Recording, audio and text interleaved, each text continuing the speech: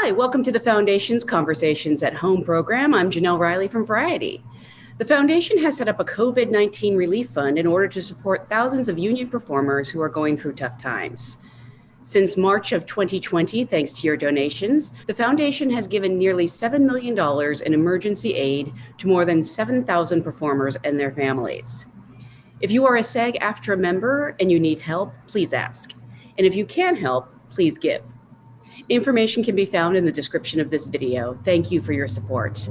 And now, without further ado, it is my pleasure to introduce today's guests. We have joining us the actor currently starring in Cruel Summer and Tell Me Your Secrets. Please welcome Chiara Aurelia. Hi. Now starring in the United States of Al, she also recently starred in UTOPIA. Please welcome Farrah Mackenzie. Hello. An actor who had quite the 2020. He starred in Jingle, Jangle and Small Axe Education. Please welcome Kenyah Sandy. Hi. The star of last year's film Unhinged, and you can catch him now in the new series The Mosquito Coast. Please welcome Gabriel Bateman. Hi. And known for her work on Coop and Cammy and KC Undercover, she is currently starring on Mixed Dish. Please welcome Trinitee Stokes. Hi. Thank you all so much for being here and for joining us. As you probably know, this is a SAG audience, so I always like to start by asking people how they got their SAG cards. Now, knowing you all started so young, you might not remember, which is fair, or you might not know because you weren't paying attention to things like that at the time. But if you do remember, please let me know, or let me know what your first job was. And let's start with Gabe. I think it was like a series of commercials, and like I got the thing that pushed me over the edge was a TV show I did called Your Family or Mine, if I remember correctly, but I think I was like 9 at the time, so I wasn't thinking about it that much. Fair enough. Farrah, what about for you? Yeah, so my first thing was called, it was called San Patricios at the time, but it was renamed to Lawless Range. And I was like 6 or 7 back then, so I wasn't paying attention either, but I got it through that. Oh, but you remember, that's great. Chiara, what about for you? I got my SAG card doing like a one-day co-star on CSI Los Angeles. It was like one of my first auditions in LA, and it was super exciting. Wow. Trinitee, what about for you? Yeah, so same with everyone else. I don't distinctly remember it, but I do know that it was from a series of national AT&T commercials. When were you all first bitten by the acting bug? Were you the sort of person who was doing school plays? Was your family involved in the business? What was the moment you realized you wanted to do this as a career? So my parents are both choreographers, so already they were kind of in that dance industry. So I think from going with them, I was already in that kind of creative side of like growing up. So I think I went to my first, I'd say it was like this charity workshop, and I met this woman called Aurelia, and she was like, "Oh, I think you'd be really good to join the Lion King Cub School." And I was like, "What's that?" And then she explained how it was the training for the Lion King in the West End. I think you guys have Broadway. So from then it was kind of like, okay, let me like incorporate the dance. But at that time I didn't know I could act or sing at the time. So it was like, okay, this is like a Friday thing to do just to boost over those kind of skills. And then once I kind of did that for a couple of months, I just ended up falling in love with that type of acting and singing. And I never really knew I could do that at the time. So I mean, you're still very young. Do you know that this is what you want to do for the rest of your life, or are you just having fun? I think it was that kind of question once I finished doing The Lion King of, is this what I want to do, or am I happy with carrying on this journey? I think once doing like first film, it was definitely like, yeah, this is it. I can see myself doing this. Yeah. Trinitee, what about for you? Where did you get your start? Yeah, so I sort of got my acting start with my mom. So my mom's a writer, and I was 4, and she was writing a stage play, and she created a role for me at the end. It was like a Christmas play, and I just fell in love, right? So I just loved being able to be on the stage and be able to create that experience for the audience, to be able to take them from whatever mindset that they were in and translate them and sort of transport them to whatever my character was feeling. Wow, that's so cool. And you're a writer too, as well.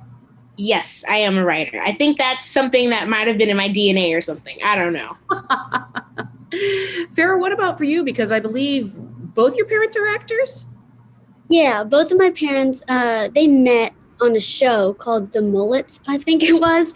Um, and my grandparents also, they met on Broadway. They were both they both did Hello Dolly together. And so I just kind of grew up like in that environment.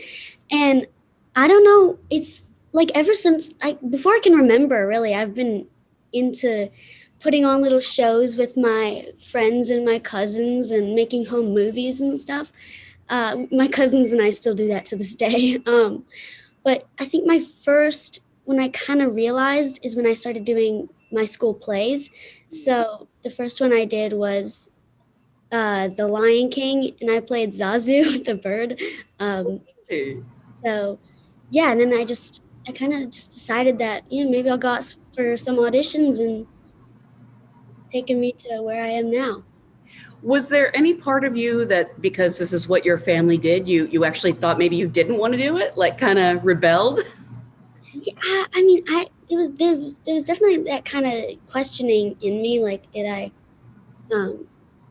like Kenyah said, if I wanted to, continue with this. But I think recently, like in the past couple years, I think after UTOPIA was when I decided, yeah, I think this is really what I want to do. Was that fun to make? Because it's a very dark and disturbing show to watch, but sometimes those are the most fun to make. Yeah, it was really fun. It was the first time I ever went to Chicago. So really cold, but it was really fun. And I had lots of fun, channeling that drama, and Yeah. it was awesome. Chiara, what about for you? What was sort of your entree into this world? Well, I don't, my mom is not, she's not in the industry at all. So I kind of was really young being like, Mom, this is what I want to do with my life. And she was like, you're crazy. This is not going to happen. This is not a thing. We had spent a bit of time in Los Angeles, but we were primarily living in New Mexico. And the kind of opportunity that was there, especially for like a 9, 10, 11-year-old, was very limited. There was like some school productions and plays that I got to participate in, but I actually really fell in love with acting even more. We were doing Shakespeare in the Park, and there was a big Shakespeare production, and it was all the 18-year-olds, but there was technically no like minimum age requirement.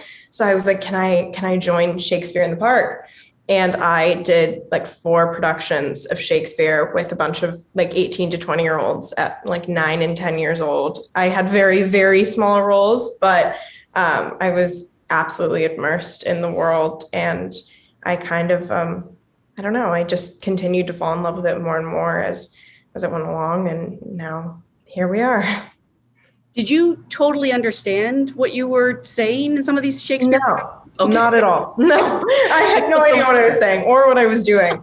I was completely confused, but I loved it. I mean, I think that we can all relate to that feeling when you're like portraying a character and you're participating in a project, no matter what it is, even if you don't quite understand it or it's confusing, it's so exciting and you have so much passion and drive, and it brings you so much joy. And I think that anything that makes you that happy, you should continue to do. Absolutely. And Gabe, what about for you? Sorry, is it okay if I call you Gabe? It's Gabriel. Okay, yeah. You're labeled as Gabe, so. Gabe is fine, yeah. Pretty much all of my siblings did like theater or like some local play kind of growing up. So I always kind of like was around that, and it was interesting to me, but I wasn't really ever sure if like it was something that I really wanted to do. But right as I was like old enough to start doing plays, we kind of stopped doing them, and my sister actually started like going to LA for film auditions. So I was kind of like disappointed that I didn't get to ever do a play or do any theater. So to like make up for that, I kind of wanted to try out for like commercials or some of the stuff she was doing, because I thought it was kind of unfair that everyone else got to do plays.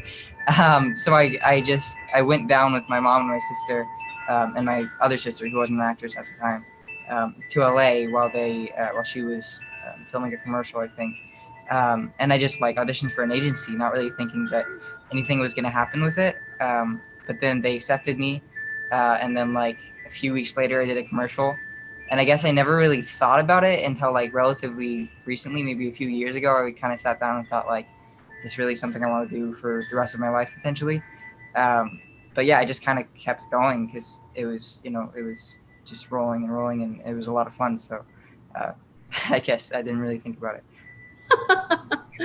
Well, you actually brought up representation, and I would love to talk about that because I feel like every actor, not just young actors, that's kind of their first question. They're concentrating on how do I get an agent? How do I get a manager? For you, it sounds fairly straightforward, but I don't know if you're still with that same agency, if you've also gotten a manager, sort of what the journey has been in, not only landing, but keeping and finding representation. Yeah, I mean, I think I got really lucky, honestly. I'm still with the same agent, and it was my sister's agent, which I think is why they were open to seeing me and my sister. And we were like, I don't know, I was like 8 and she was like 11 at the time, I think. So we were just really small, and they probably thought we were like, I don't know, endearing or something, because I thought I was good at acting at the time. So I think that's probably the only reason they accepted me, in addition to like being related to my sister, who they had already accepted. But then after I started doing commercials, I think, they kind of realized that I could actually do it successfully. And I think I got a manager maybe like a few months into doing it, maybe after like getting 2 or 3 commercials, I think. And I still have the same agent. Wow. Chiara, what about for you? What was sort of your path to finding representation? Did you obsess about it early on, or, were you just out auditioning and worrying about that? I think that we all representation can definitely be an obsession. I think it's honestly underestimated though how much you can do without representation. I think that before you're repped and you have incredible agents and managers. I've been with my agents since the beginning as well. I haven't switched at all. But I really just started, submitting myself on Actors Access and, going on all these different websites and looking through all the resources and kind of participating in really small projects. And then I got an agent in New Mexico kind of through those really small projects. And then the small projects got a little bit bigger. And then those little bit bigger projects kind of connected me with the agency that I'm still with in Los Angeles. And that kind of, it just snowballed, I think. And managers as well. I've, had a couple of different ones who've all been great. And, it's just about finding the right fit and people that will really support you and, have your back no matter what. Which I guess can be a little hard when I don't want to, when you want representation so bad. Yeah. The inclination is just to take the first person who offers, but I guess. Sure. Yeah. I mean, it's a scary feeling, like the thing that you want to do, you're out in the world and you don't know if there's going to be someone who's going to push for you or, support you. It's scary. You're like, everybody else has this thing. I must need it to be able to do what I love doing. And yes, it's super important and super helpful. And it really can propel you in a lot of ways. But I think I grew a lot to where I was ready for that by the time that I was represented. And I got, reps at a very early age, but I enjoyed my time before that as well, because I learned a lot. Farrah, as the child of actors, they've probably been through this themselves. Did they help you or offer you any advice? Yeah, so early in my career, I actually started out with my dad's manager. So we had the same manager there. And he was great. They were great. I had a lot of luck and, kind of helped me to, get started. And just recently I switched managers. So now I have a big team and I love them so much. That's great. Trinitee, what about for you? What's been your experience? Yeah, so for me, when I was in Mississippi, which is actually where I'm from, I went to sort of a manager showcase, and they were saying that I should either go to LA or New York, and New York didn't really work out. So because of my Southern accent, they said that it was way too strong. So it was an unsuccessful summer, but then we went back to Mississippi and we immediately started packing and moved to LA. And when we moved to LA, I actually don't remember how I found my very first manager, but my manager then connected me to my first set of agents and, various representation. So for me, it was something that I actually didn't really know about because I didn't have any friends or knew anyone out in LA. So I didn't really know that I needed representation. So I'm thankful that I was able to, find representation, quickly through theater and commercials. But, of course, we've then, switched representation due to various reasons. But I think that representation, it's important. But I also think, sort of like what Chiara said, you don't necessarily need representation to immediately be successful. That's something that more and more people are telling me that I'm learning is true. And Kenyah, I saved you for last again because obviously you're in the UK, and I'm curious if it's probably different over there, and if you've gotten representation in the States yet, or if your UK reps sort of help you with that. So yeah, I think going straight after Lion King, it was like, what am I going to do next? Because I think with theatre, you're doing the same thing over and over again. So then I think I went to my first audition that we just saw online, and the woman was like, well, I'll explain, this is kind of private. But I kind of was, when I was saying the lines, I wasn't really understanding the character, or I wasn't really fitting what the character wanted me to be. So I was just throwing out the lines, and because the camera was just there and it wasn't on theatre, I was over projecting myself, and I was over exaggerating way too much.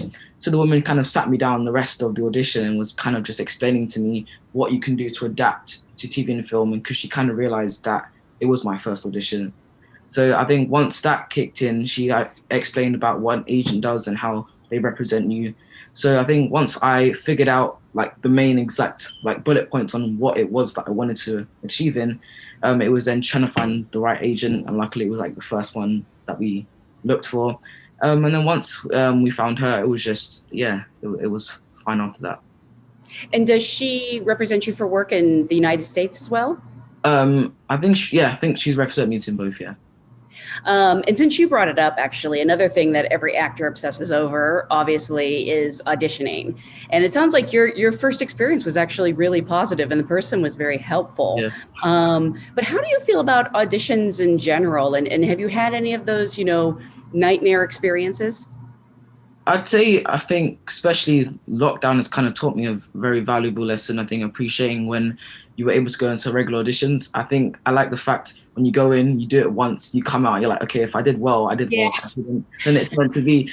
But I think self-tapes, my brain goes crazy sometimes when I think I don't like looking back at myself a lot of the time. I know sometimes I should just to kind of give myself feedback, but if I always look back, I'm always like, all right, let me go again. Let me make it better.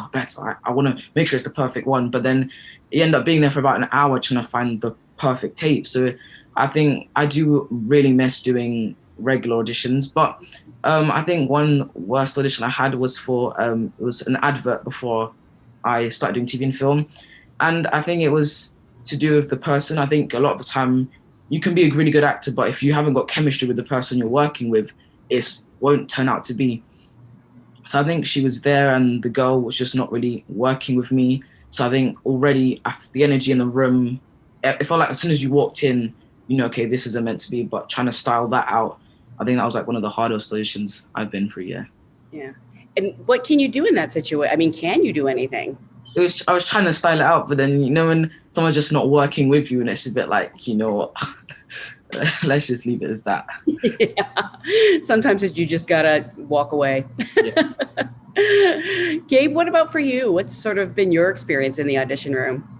Well, firstly, I agree a lot with Kenyah. I like in-person auditions a lot more than I like self-tapes. My worst audition experience was somewhere where I had the audition for a while, so I was kind of thinking about it, and I just like got in my own head about it, and I built like a lot of anticipation.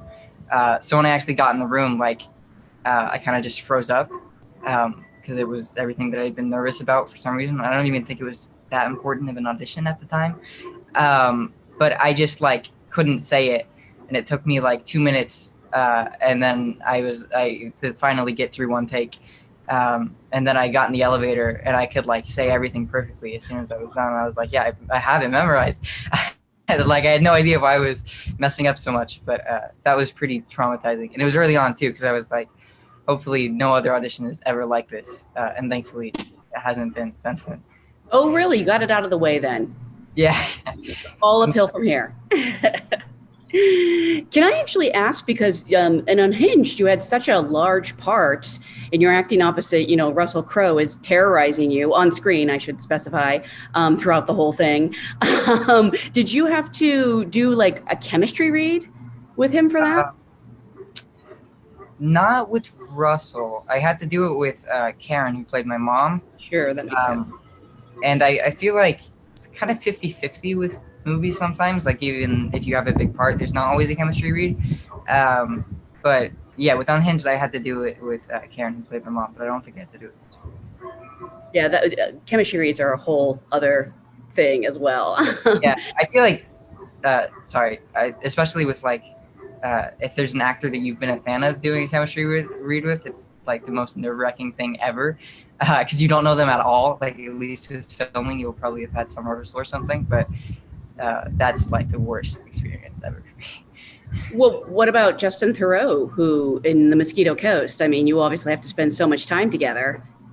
Yeah, I just jumped into like a table read with him basically, which was equally nerve-wracking. But he was really like down to earth and just made it kind of easy to get along with everybody. But with Child's Play, I had to do a chemistry with Aubrey Plaza, and I was a huge fan of Parks and Rec.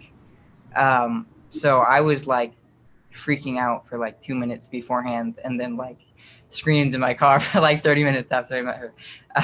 But I mean, we're like, good friends now. But that's great. Like really. Trinitee, what about for you? What's been your experience with auditions in general?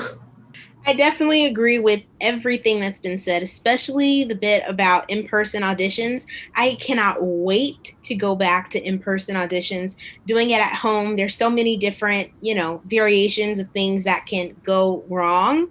But my worst audition is similar to Gabe's. It was an audition that oh my gosh, I was so excited for. I was like, oh, this is going to be great. And I was like, okay, I have to just study really, really hard. And honestly, I think I really overdid it with the studying because I had never really studied that hard for an audition before. And when I got to the casting building, it was this long hallway to get to the check-in table. And I was like, oh my gosh. And there were all these posters up of all the different, movies that were casted there. And I'm like, oh my goodness, this is not what I need to see. I was just psyching myself out even more. And then it was a long wait and I could hear the person ahead of me. And I was like, OMG, this is going downhill so fast. And I was like, what am I doing? And I was there and they finally called my name and I was like, here I go. I can do this. Just, muster up the strength. You got it.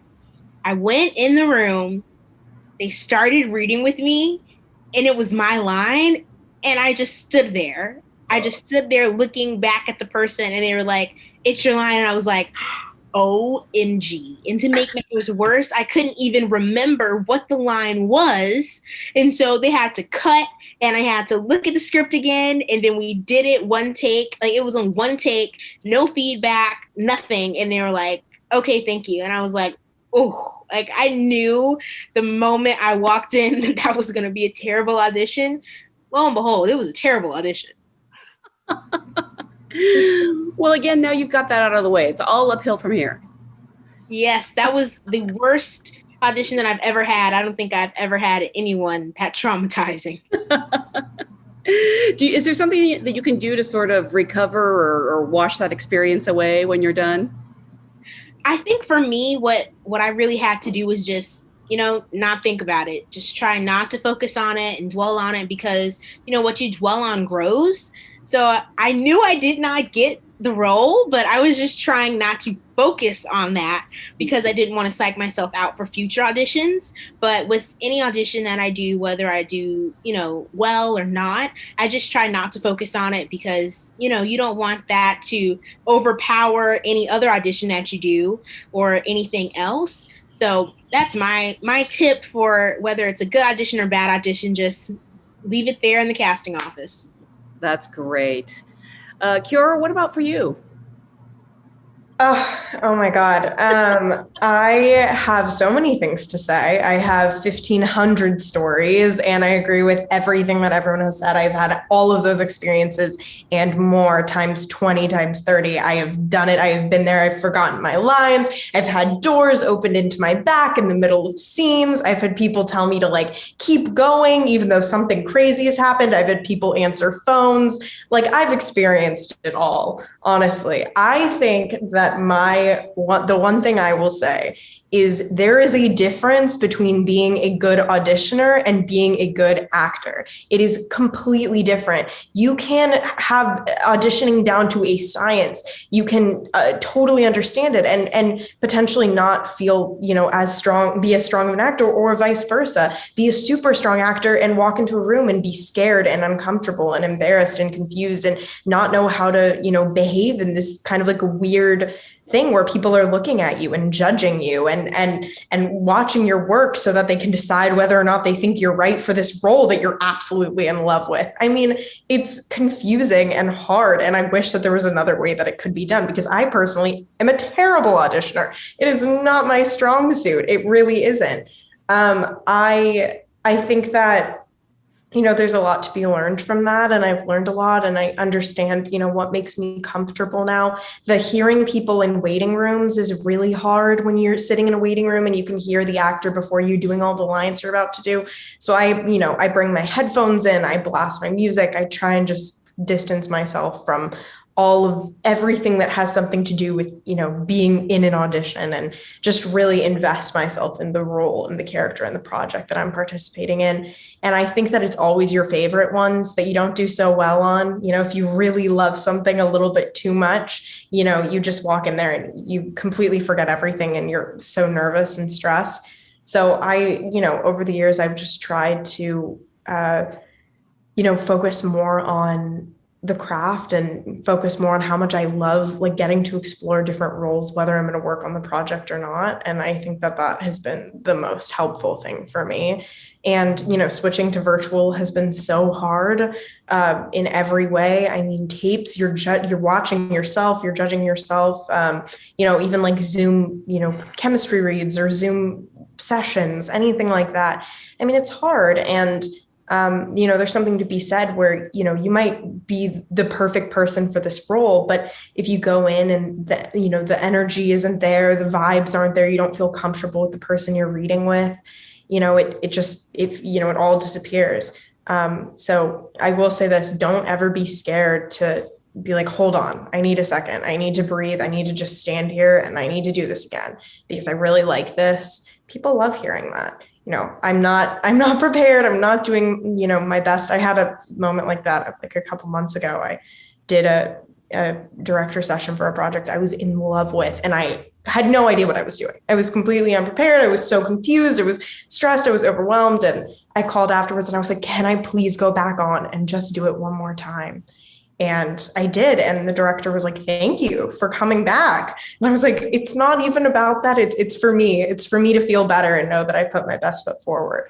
So I don't know. I just blabbered for like 20 minutes. No, you said something that I've never heard before that I think is great advice about, headphones in the audition room, because there's nothing worse than hearing people like laughing hysterically at the person before you. Oh, it's awful. It's awful. You hear them having conversation, talking about how long they've known one another and all their experiences together and all the projects they've done together. And you're like, I've never been in this office before. I don't know any of these people. I'm in love with this project. I'm obsessed with this casting director.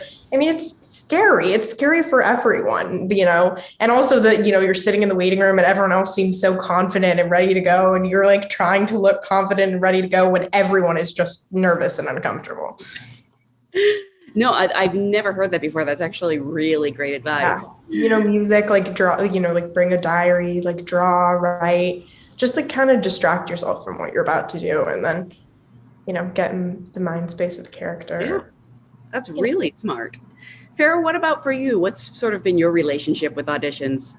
I've had basically the same experiences as everyone else here.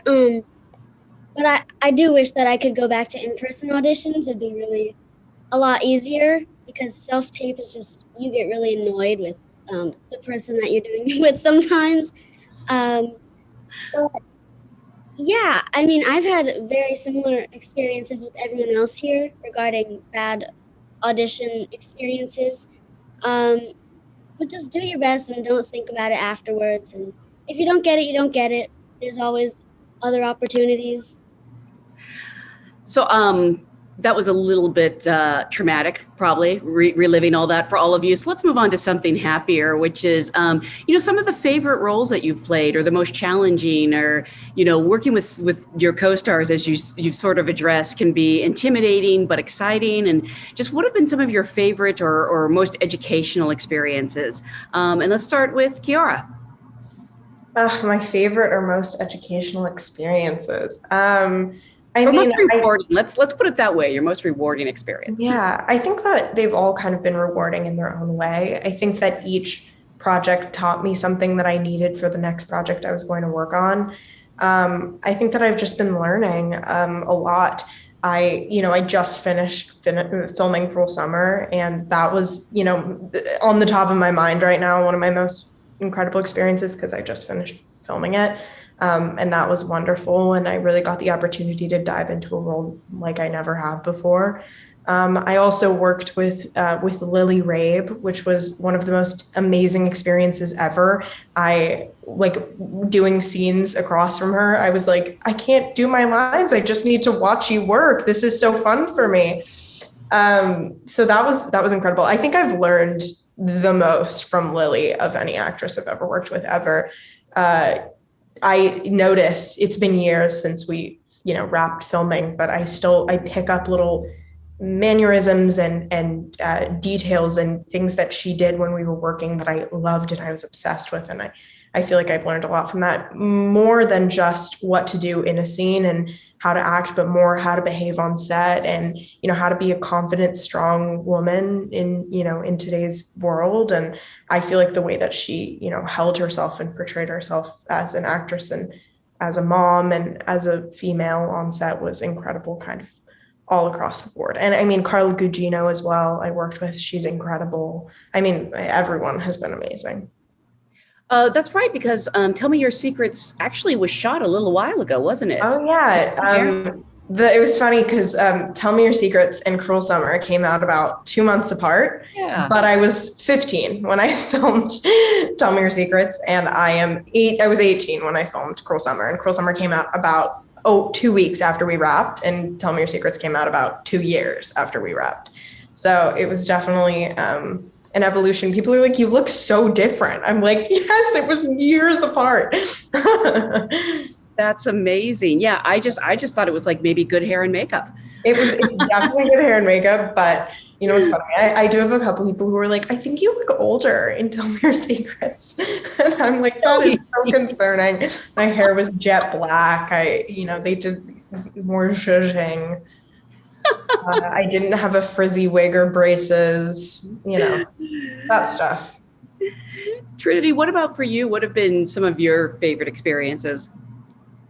For me, I think my very first role, which was on Casey Undercover, encompassed all of that. My most rewarding, most educational, primarily because it was my very first role, my first time on a series regular, first time in front of like 4 cameras at once. So for me, that experience really taught me the basis of what I needed to know to be an actress.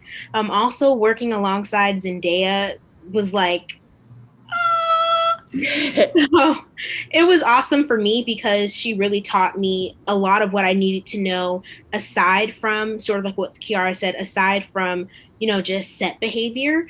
She really taught me how to assert myself in my career and how to, make sure that I'm advocating for myself as long as, alongside my team. So those were things that, I don't think I would have learned elsewhere. And it was great to be able to learn that from her. She was, an amazing role model for me and still is. But I also think that my role on Casey Undercover was like so cool because I had never done stunts before or worked with CGI or had like 2 heads before. So those were things that were totally unique.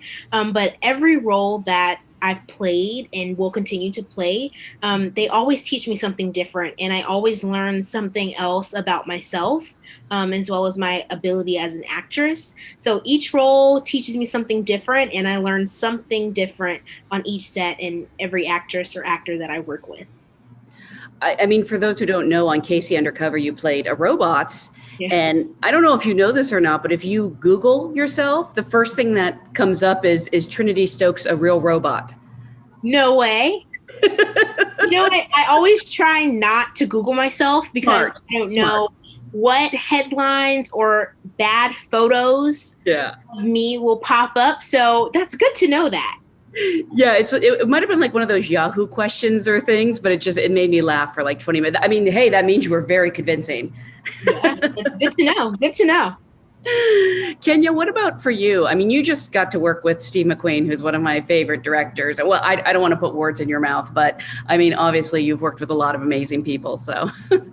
Yeah, I think it's definitely Small Actors, most educational. I think the name education, especially I think just because of like how much I went through doing that project. So the time period, like wearing the outfits and the costuming and walking in the street, seeing cars in that time. So I really did feel like I was traveling back in time. But also just like hearing his side of the story as well, because it was kind of his input, especially into this one, and seeing like how he grew up. So it was very nice to maybe adapt to his lifestyle, I'd say. But also just to get feedback from him and just tips. I think just it wasn't, I wouldn't say like in acting, but just in life in general. I think I could use it across the board, anything that I was going to do.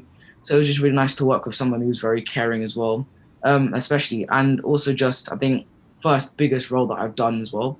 So just that, I like that pressure of coming home and being like, okay, tomorrow I've got another scene I need to do. What should I do? So I think I really liked that kind of mission of having that kind of pressure, if you get what I'm saying by that. So yeah, it was like one of my favorite projects. It's so fantastic too. I mean, what a range to go from jingle jangle to education. Kind of the singing and dancing and lighthearted to something so powerful. Yeah. Farrah, what about for you? I mean, speaking of powerful, UTOPIA was like mind-blowingly intense, and you had a great cast on that one too. Yeah, I think I was gonna say that one for my favorite role.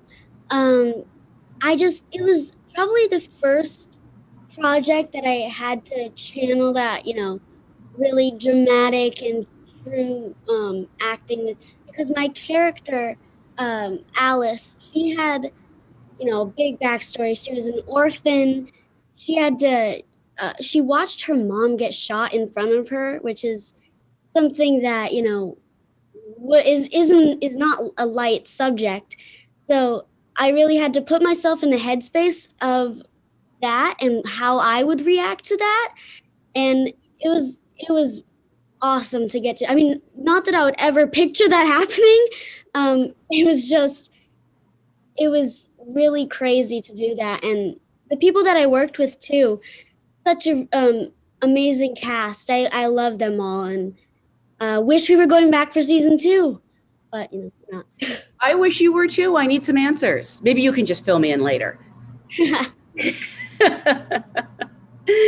And Gabe, what about for you? What's been some of your favorite experiences or, most rewarding?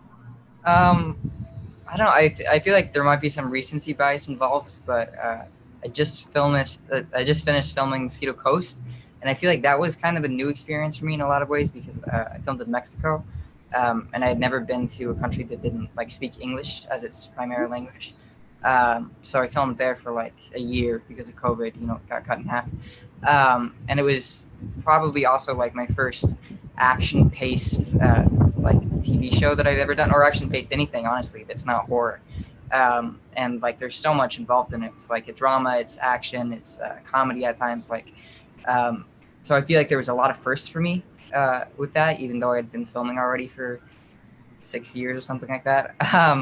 But I don't know. I think that probably just sticks out to me the most right now because I just finished it, and I obviously learned a lot in every project, especially like Outcast. I played someone that was demon possessed, so it was kind of my first intro to really intense extreme acting and crying and screaming and all that. But I would say overall probably the newest feeling was probably Mosquito Coast, because Yeah. not only like filming, but just being in Mexico and meeting, you know, all kinds of new people and trying to learn Spanish. There was just a lot of new experiences. I mean, that's another emotionally and physically demanding role. They really put the family through the ringer in that show. Did you sort of have a way to decompress? I'm like, I don't know if you're the kind of actor who takes your work home with you at the end of the day. Were you able to relax? I mean, it depends on like how intense the scene is and how long we film it for. But I mean, yeah, it was hard, especially after COVID, because there was probably even more emotional scenes, and there wasn't really much I could do. So I guess my version of decompressing was kind of just like staying in a hotel room for like 6 hours and then going to sleep, which wasn't as enjoyable as like what I would normally do, although it's probably not that different. But yeah, I mean, I think we got lucky because the whole family kind of decompressed in a similar way, which was just, you know, having dinner with each other, hanging out, or texting about, you know, what we did today. And it was definitely like probably the most intense thing I've ever done, because I filmed for so long also. And we would be crying one day, and then the next day we would be running at like 15 miles an hour away from cop cars. So yeah, there was definitely a lot of decompressing at the end of the day. And finally, I'm sure over the years, you've all received some really good advice. Maybe you've given some really good advice. I think our audience would just love to know, you know, this can be a very challenging career, obviously. And, you know, are there any words of encouragement or just advice about acting or the business that you could offer people who are watching? And let's start with Trinitee. I would say my main piece of advice, which is something that I use all the time, is when one door closes, you have the opportunity to walk through another door that opens. So that's something that you will always experience in different facets of your life, especially in acting, because, you know, there's always one thing that maybe you really, really want, but you just won't get for, you know, a numerous amount of reasons. But for me, I've always have to remember that just because I didn't get this, that doesn't mean that, you know, I'm not a good actor, and that does not mean that I'm not just right for something else. Absolutely. And I know people who have been acting for a very long time who take a long time to really believe that. So you're ahead of the curve. Farrah, what about for you? I know that this might sound cliche, but just have fun with it. Honestly, acting is basically like pretending. Like if you're playing house or something that, you know, you played when you were younger, it's like that. But you get to be your own character and just be as many characters as you want, and just it's just this whole universe of opportunities and fun and exciting adventures. Yeah. I mean, that's why you get into it, right? Yeah. Yeah. Kenyah, what about for you? Mine is to not put pressure on yourself. I think a lot of the time, once you're really enjoying yourself, you don't want to kind of lose that fun, like Farrah is saying. So you want to kind of, if you aren't getting jobs at the moment, kind of don't put that pressure on yourself and blame yourself for the reasons why you're not getting those jobs. Let's just say, for example, there is one that you don't get. It may not be that your acting is bad, I would say, because like you're never really a bad actor, are you? It's maybe just more that you may not have fit the caliber that they would have wanted, or that you may not have looked like the sibling that they might have chosen for you. So never to really blame yourself, because like once you're stuck in that trap, it's quite hard to get back out of that. So yeah. Yeah, I've also spoken to actors who say, you know, they didn't get a part, and then they saw the person who did, and they're like, I get it. You know, and sometimes, and then I know other actors who just won't watch if they didn't get the part. But I actually think the first way is more healthy. Gabe, what about for you? I don't know. I guess I would say I agree a lot with Trinitee, first of all, because I've definitely had experiences where I really wanted something that I wouldn't book, and then I would book something that actually ended up being a lot better for me, that I wouldn't have been able to audition for if I was filming something else. So, you know, it's kind of just perspective. But I guess I would say probably just like having tough skin in general as much as you can, because as hard as it is as an actor to not like get so attached to a character and fall in love with it on like an emotional level, you have to realize that from a director and from a producer standpoint, it really is like a business in a lot of ways. You know, it's, if they turn you down, it doesn't mean that it has anything to do with your character or even how good of an actor you are. There's just so much involved that, you know, can take away from that. Like Kenyah was saying, you might not look like the rest of the family, or like I've had something where auditioned for it and then the person that got it was like 6 years older than me. So it's like, you know, there's just a lot of things that you can't anticipate, and it might at first a rejection of you as a person and you as an actor, but it almost never is. Mm-hmm. So important to remember. Chiara, for you?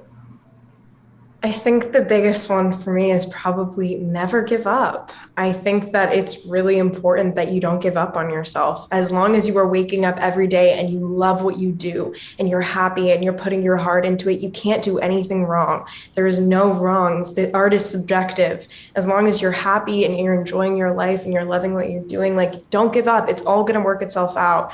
I think it's super normal to make mistakes. It's super normal to mess up. I think that a common misconception is that, you know, once you're successful, you don't mess up, you don't lose roles, you know, it isn't still hard. It's hard. This is challenging and difficult. And, you know, I think that as long as you wake up every day and you put your heart into the, you know, this world that you love doing, even if it doesn't seem like it's going to work out, even when you feel like you're at your lowest of lows and things could never be harder, that's right when it's going to turn around and everything's going to click right into place.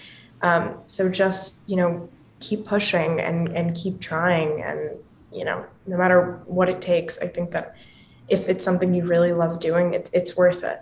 That's great. I want to thank you all so much for being here today. I cannot wait to see what you all do next. I'm sure it'll be fantastic. Thank you everyone for watching at home. And again, thank you so much for your time. Thank you. Thank you. Thank you.